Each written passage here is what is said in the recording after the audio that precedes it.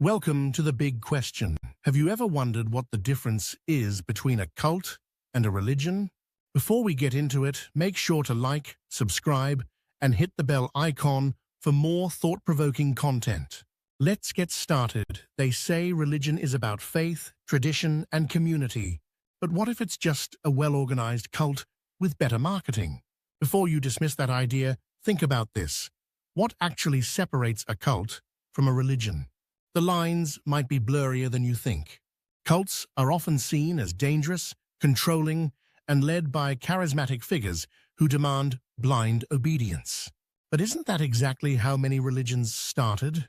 A single leader, a devoted following, a set of unquestionable beliefs, and a promise of salvation or enlightenment. At what point does a cult become a religion? And at what point do we stop calling it dangerous and start calling it sacred? Take Christianity, for example. It started with a small group of followers who believed in a charismatic leader, Jesus. To the Roman authorities, this movement was radical, disruptive, and cult-like. But over time, it grew, gained power, and eventually became the dominant religion of the Western world. If cults are just small, fringe belief systems, does that mean every major religion today was once a cult?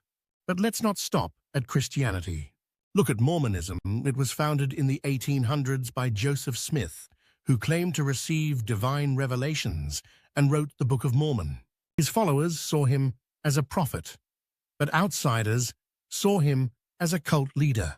Over time, Mormonism expanded, gained followers, and became a recognized religion.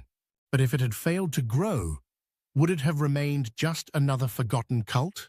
Scientology is another example. Founded by science fiction writer L. Ron Hubbard, it has all the hallmarks of a cult: strict secrecy, financial exploitation, cutting members off from outsiders. But legally, it's a recognized religion in some countries. If a belief system can be a cult and a religion at the same time, what does that tell us? Think about the tactics cults use. Isolation, keeping followers away from outsiders who might challenge their beliefs. Strict rules, dictating what members can eat, wear, and even think. Fear, warning that leaving the group will result in punishment, suffering, or even eternal damnation. Now ask yourself, does this sound familiar? Because many mainstream religions operate the same way. The difference: social acceptance. Let's talk about financial control. Cults are notorious for exploiting followers for money, demanding extreme donations or total financial dependence on the group. But look at megachurches today, billion-dollar institutions where preachers fly private jets while their followers struggle to pay rent. Look at religious organizations that demand tithes, push for massive donations, or sell salvation in the form of blessings, miracles, or indulgences. If a cult leader does this, we call it manipulation. When a religious leader does it, we call it faith. And what about fear? Cults thrive on fear: fear of leaving, fear of questioning, fear of punishment. Many religions do the exact same thing. Eternal damnation, divine wrath, the threat of losing family and community. These are powerful tools to keep people obedient. When belief is based on fear rather than reason, is it really a choice? Or is it control? Of course, some might argue that religion provides moral guidance, purpose, and community in a way cults don't. But does that excuse the same tactics of control?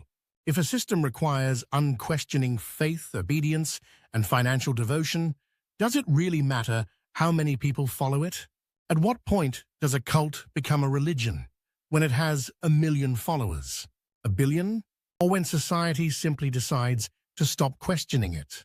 There's also the argument that religions last while cults fade away. But history shows us that's not always true. Many ancient religions have disappeared. Greek mythology, Norse mythology, the Egyptian gods, all once mainstream, now considered myths.